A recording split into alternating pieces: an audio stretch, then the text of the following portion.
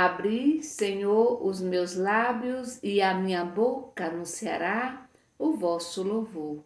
Glória ao Pai, ao Filho e ao Espírito Santo, como era no princípio, agora e sempre. Amém. O meu destino está seguro nas mãos de Deus. Deus é o meu abrigo, é o teu abrigo. Portanto, o nosso destino está seguro nas mãos de Deus. Coloquemo-nos nesse momento o nosso destino nas mãos de Deus. Ele que é o nosso Salvador, o nosso Criador. Ele nos ama com intensidade. Sintamos esse amor, esse carinho e essa ternura de Deus nesse dia de hoje. Lembrando que nós não estamos sozinhos, nós estamos nas mãos de Deus. Deus está do nosso lado. Ele nos conduz por caminhos bem traçados. A gente só precisa se deixar conduzir pelo nosso Deus. E sabendo que o nosso destino está nas mãos de Deus, nós também queremos colocar o destino das pessoas que pediram, que confiam em nossas orações, nas mãos de Deus. Queremos trazer presente a Maria Rita, o Miguel Barros, o Davi Lucas, o Pedro Miguel, a Ana Gabriela Rodrigues, Tereza e Ricele Bezerra, Rosineide Maria Lins, Luiz Carlos Brito Santana, Natália Rodrigues Neres, Wesley Costa, Flávio Lima, Alex Mota Gil, Neide Solange Gomes, Milena Coelho, Maroli, Liena Santana Rocha, Meire Correia Lacerda, Janicléa Freitas, Maria Leite dos Santos, Maria Agnello, Oresina Maria, Solange Oliveira, Maria Dailma Souza, Raimundo José Coelho, Maria Almeida de Araújo e Maria Auxiliadora Castro. Queremos também rezar e nos unir a todas as vítimas da pandemia, as vítimas da guerra e as vítimas da enchente. Em nome do Pai, do Filho e do Espírito Santo. Amém. Vamos refletir o Evangelho de hoje, meditar, que está em Mateus capítulo 5, do versículo 17 ao 19. Ouvir, irmão e irmã, a palavra do Santo Evangelho, escrito por Mateus. Glória a vós, Senhor.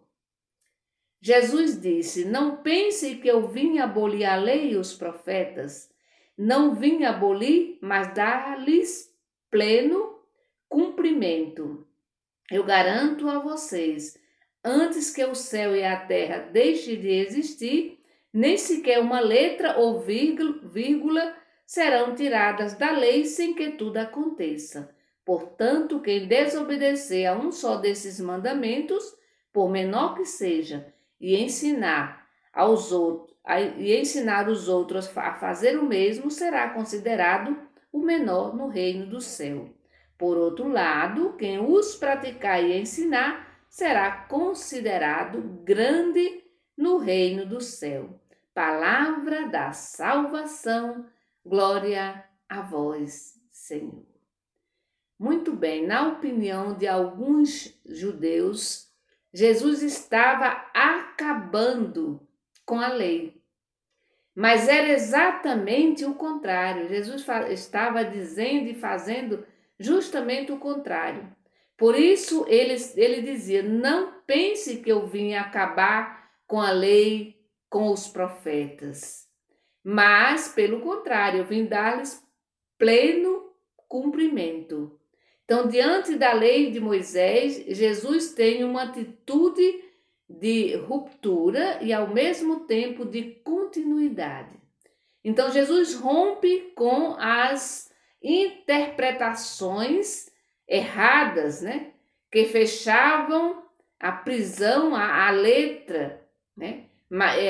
Mas ele vai também reafirmar, Jesus reafirma o verdadeiro sentido da lei. E qual é o verdadeiro sentido da lei? Alcançar a justiça maior. E qual é a justiça maior? O amor. A justiça maior é o amor. A lei, ela precisa estar a favor, ou ela deve ela deve estar, né, a favor sempre da justiça. Ela sempre deve alcançar a justiça. Ela deve ser sempre cumprida com amor, né? Não como imposição.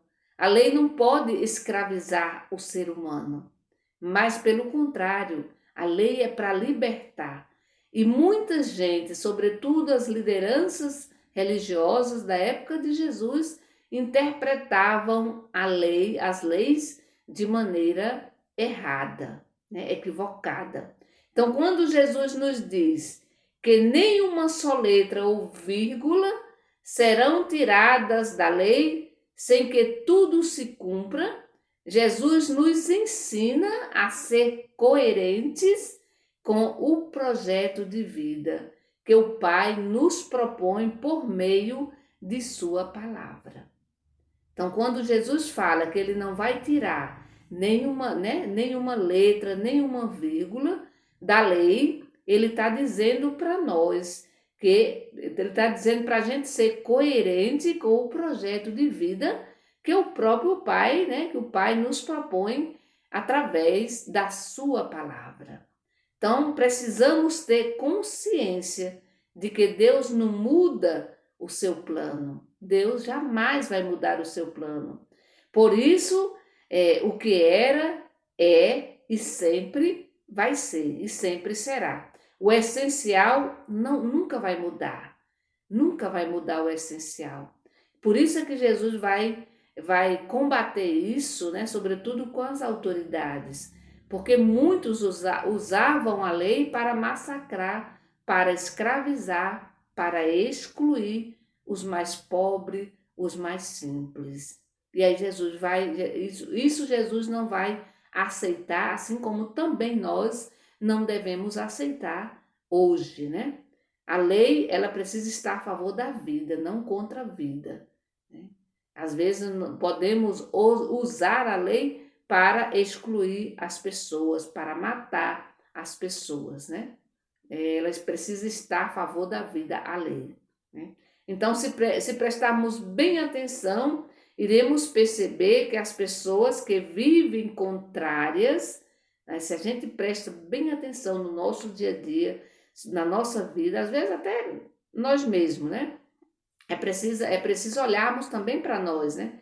Então, se a gente presta bem atenção, nós iremos perceber que as pessoas que vivem contrárias à lei de Deus e assumem, né, uma atitude contrária, né, a essa lei e até ensina para os outros, como diz o Evangelho, essas pessoas geralmente são pessoas infelizes e que fazem os outros sofrerem, né? E que fazem os outros sofrerem, né? Então, Jesus vai também dizer isso, né? Se eu não vivo essa lei de Deus com amor, com carinho, com ternura, eu vou fazer os outros sofrer, né? E sofrer muito, muito. Por isso que Jesus vai combater isso hoje no Evangelho. Por isso ele vai dizer, olha, como é que ele diz? Aqui no Evangelho ele diz, portanto, quem desobedecer a um só desses mandamentos, por menor que seja, e ensinar os outros a fazer o mesmo, será considerado o menor no reino dos céus. Por outro lado, quem os praticar e ensinar será considerado grande no reino do céu. Portanto, a lei de Deus, ela precisa ser praticada. Eu preciso praticar a lei de Deus, e não só falar, porque esse é o grande problema nosso. Às vezes nós falamos muito da palavra, nós falamos muito dos mandamentos, né, da lei de Deus, mas a gente fala, mas não vive na prática, né?